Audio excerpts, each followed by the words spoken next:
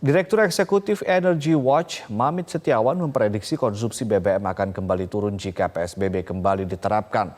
Di sisi lain, konsumsi rumah tangga justru akan meningkat seiring pembatasan aktivitas masyarakat di luar rumah. Pemberlakuan kembali PSBB di DKI Jakarta akan berdampak pada penurunan aktivitas masyarakat di luar rumah. Direktur Eksekutif Energy Watch, Mamit Setiawan menyebut salah satu konsumsi yang akan turun akibat PSBB adalah konsumsi BBM, mengingat sebagian besar kegiatan perkantoran di Jakarta akan dilakukan dari rumah. Mamit memprediksi penurunan konsumsi BBM saat penerapan kembali PSBB tidak akan lebih dari 50% seperti saat PSBB pada Maret lalu. Menurunnya konsumsi BBM tentunya akan mempengaruhi kinerja Pertamina. Pada saat pertama kali dilakukan PSBB Jakarta, itu Pertamina konsumsinya turun bahkan sampai di 50% dibandingkan hari biasa, ya kan? Dan ini saya kira akan kembali mengalami yang sama, tetapi penurunan konsumsi BBM ini tidak akan sebesar 50% karena sepertinya masyarakat kita tetap akan ada aktivitas ya, karena biar bagaimanapun perekonomian ini tetap berjalan, terutama untuk mereka yang memang mau tidak mau harus beraktivitas dan bekerja.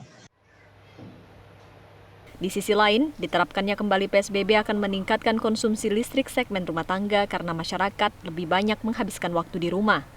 Meski demikian, kondisi ini tidak serta-merta menguntungkan PLN.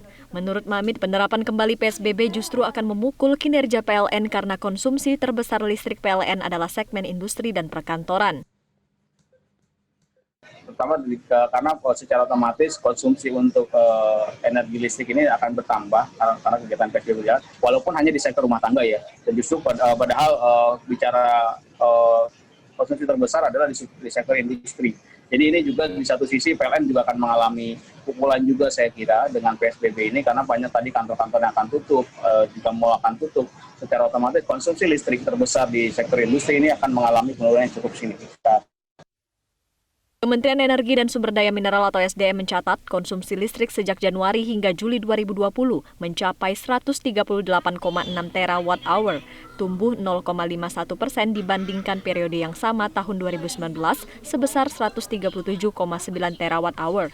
Konsumsi listrik golongan pelanggan rumah tangga naik paling tinggi yakni 10%, sementara konsumsi listrik golongan industri turun 7,43%.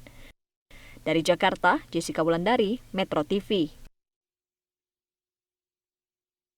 Nah, jangan lupa untuk subscribe YouTube channel Metro TV News dan juga nyalakan notifikasinya.